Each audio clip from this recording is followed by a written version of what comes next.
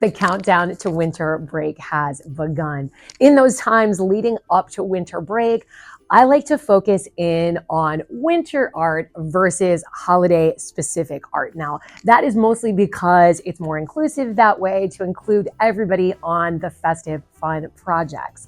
Now, a bonus to this is all of my winter projects can stay up in the hallways through January and maybe into February and still look great. Where if you do something very holiday specific, then the artwork in the hallway quickly gets dated and you need to change things out.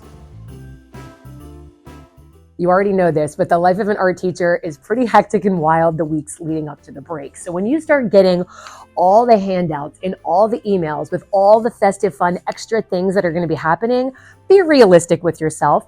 You're not a Grinch if you end up opting out of some of these things. For example, some of these things look amazing and fun. I love dressing up. I already have those kind of themed items at home, but we're having a cookie exchange.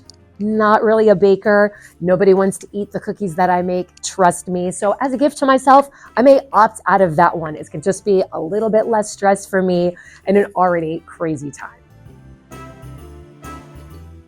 I recently had the opportunity to visit 4 elementary art rooms in one day with my district.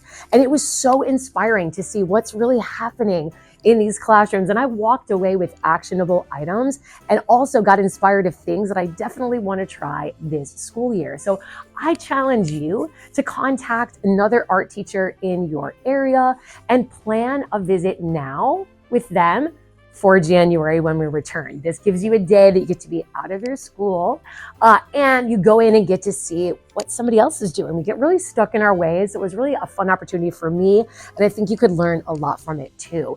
Better still, if you can visit a school where there's 2 art teachers and maybe visit one for part of the time you're there and then observe the other for the other part of the time, even better.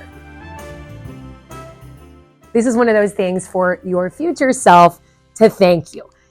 You need to plan your lessons and prep your materials for the week that we come back after break. I know it's tough to do when there's so many extra things happening, but January, coming back after having some time off to rest and relax and do what you'd like to do and what's important to you, coming back to school is just rough, okay? You're tired, the kids have more energy than you do.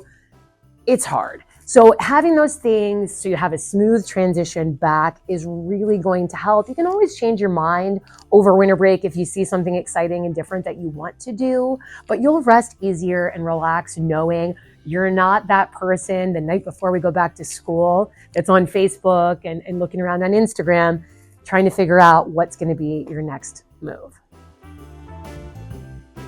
This next tip takes a little bit of time, so prepare for this and schedule it out before that last day before the break.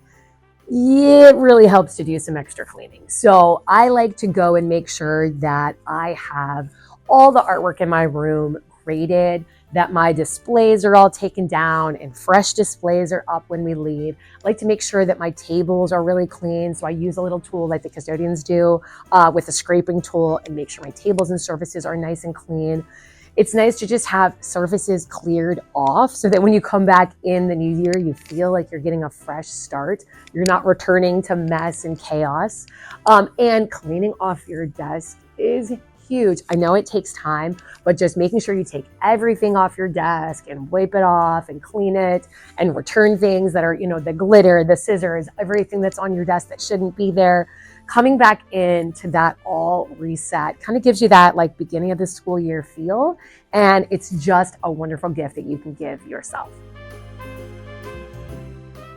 Think of what you can do to add a little bit of cheer and fun for yourself in the last few days of school. I know for me, I've been eating a couple of Christmas cookies every day in my lunch. And even if I don't have time to eat my lunch till the end of the day, at least I know I have that little treat to look forward to. At night, I've been reading a really fun Christmas novel.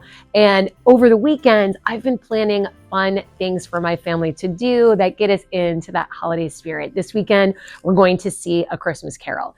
In my classroom, we have done the scene setter from YouTube where it kind of plays some like ambiance music and you see snow falling and it's like a warm coffee shop with a little fireplace crackling just to kind of set the mood. This one of my older classes we've worked on holiday projects. With the younger kids, they've enjoyed listening to the YouTube videos of our music teacher and singing along and practicing some of the songs that we're going to be doing in our holiday sing-along. This is a great time of year to reflect on how the student behavior is going in your art room. If you find that you want to reset that behavior and get a fresh start in January, watch this video next.